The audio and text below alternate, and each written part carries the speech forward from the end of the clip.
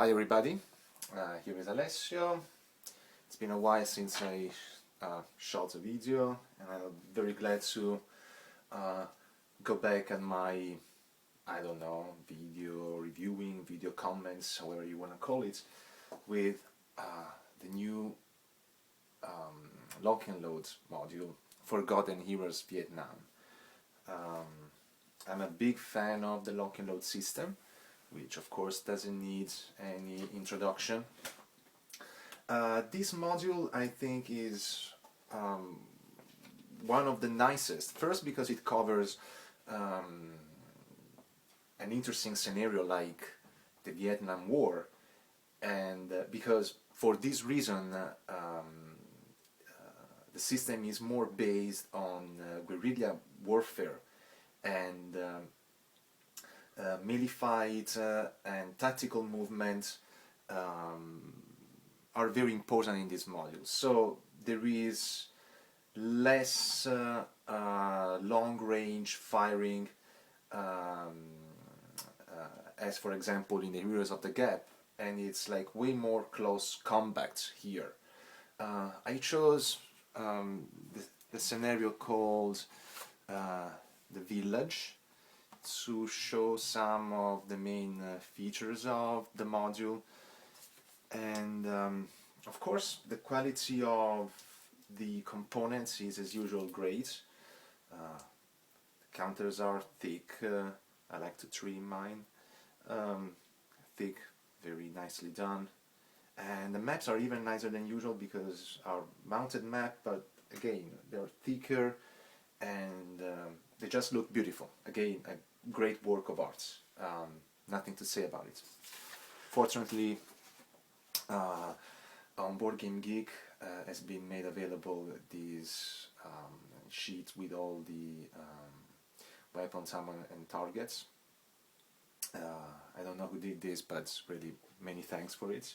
It's a wonderful reference tool, and the game comes with the 3.1 version rules, and the specific module rules are very little, just 4 pages, but very important, especially as far as the movements and the target modifiers that Viet Cong, North Vietnamese Army and ARVN receive during the game. There are not many vehicles because, as I said, it's more fighting in the jungle and fighting for villages, like in this case. There are a few choppers, and I guess that all the vehicles that are present in the game are PPO, so all the troops are right outside the vehicle, and as you know, you gotta be very careful when you load troops on top of the vehicles. If the vehicles get shot, troops must disembark and take a morale check. So it's a it's very important, especially because Viet Cong are equipped with ordnance weapons that can be lethal, of course, against vehicles. But let's take a closer look at this map and this scenario to give an idea of how the system lock and load is flexible, and how a single scenario like this offers like a has a very big replayability value.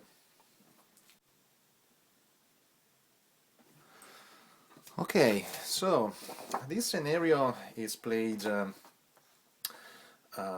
5 turns, and is fought between Viet Cong and the Army of the Republic of Vietnam, which was allied with the Americans. So the beginning of now, I'm almost at the end of the scenario. I'm playing the 4th turn of the game, so many units have been already eliminated, especially Republic Vietnamese units and a couple of Viet Cong units. There is a different distribution of points in the scenario Viet Cong score 1 point for each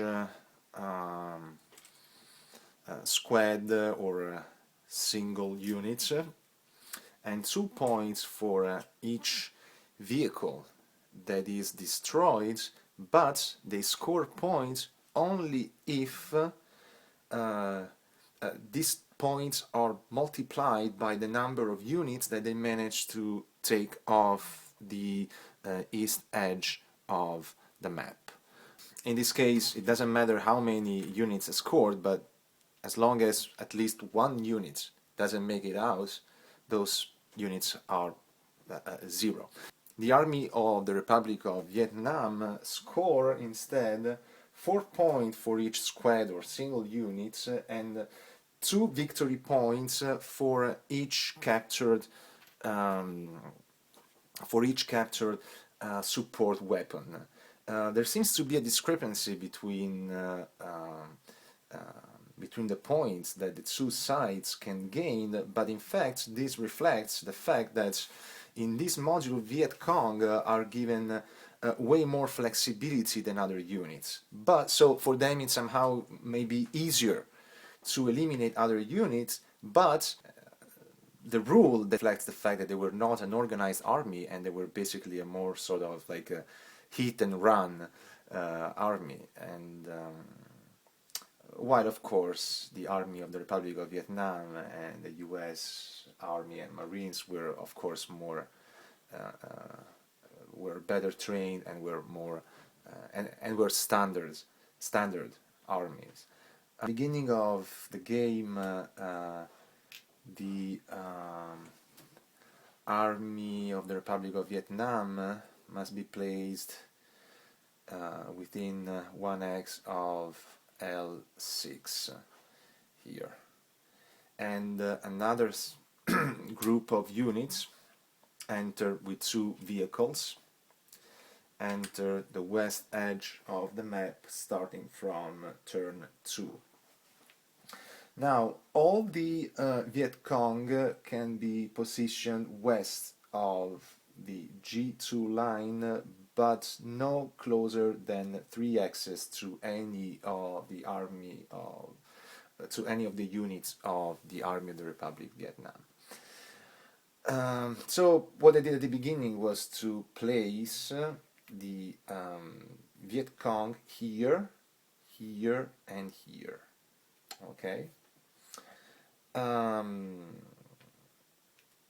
What happened during the game was that the first thing that I tried to do, here you see there is a wreck of a vehicle. Since here I put units with ordnance weapon, what I tried to do was basically to drive vehicles through with the purpose of actually being destroyed, in order to create a wreck that is that works as a degrading terrain and offers a terrain modifier, so that in order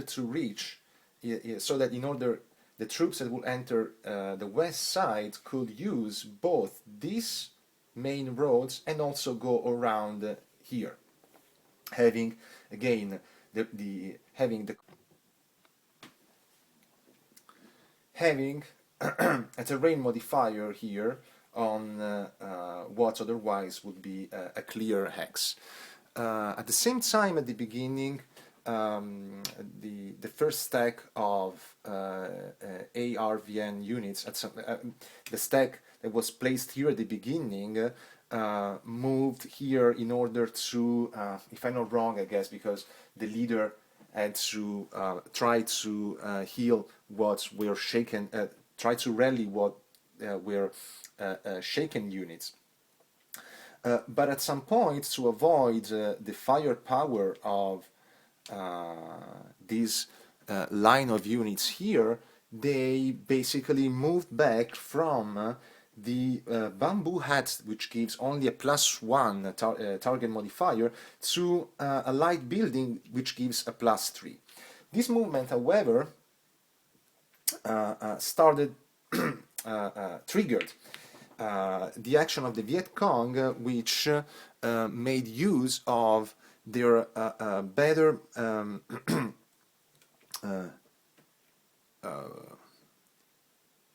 trigger the action, trigger the Viet Cong, which, according to the modern rules, can when they engage in a melee fight with the units that didn't have line of sight to them when the impulse started, their melee firepower, the total melee firepower value is tripled. So by using the extended movements factor, which is in the regular, rules of the lock and loads, they moved up here, they engaged in melee, and to them was very easy to get rid of all the units in the hex.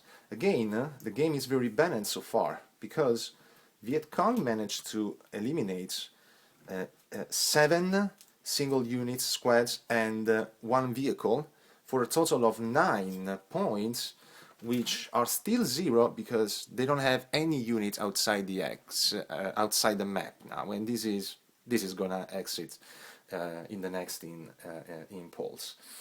At the same time, the unit under the west managed to eliminate 2 Viet Cong units for a total then of 8 points, and to capture 1 supporting weapon. So right now the ARVN is winning the game, but everything is open because here there are still like a good order squad and a good order leader that has a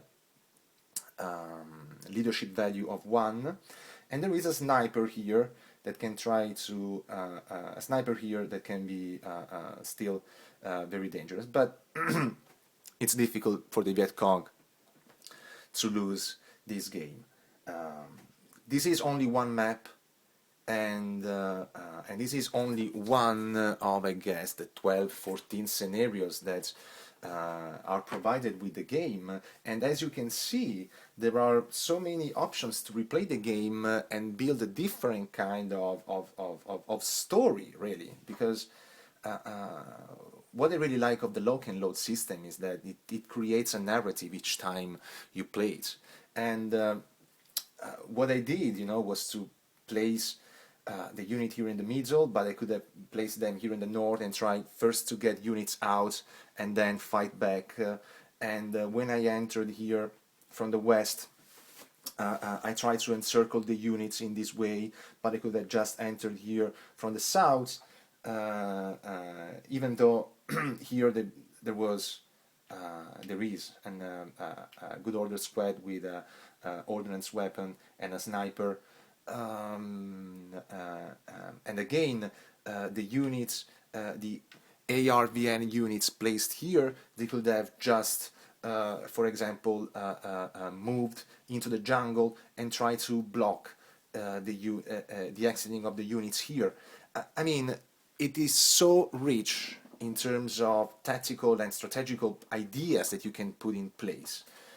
And I guess really this makes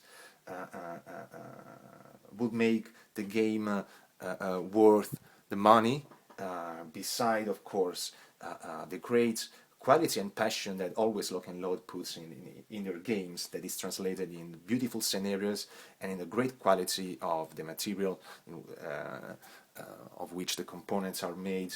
And there is so if you don't know whether to buy this game or not, really go for it and you won't be disappointed. And I also believe this is going to be it's also a very nice introduction to or preview of the Heroes of the Pacific, which I believe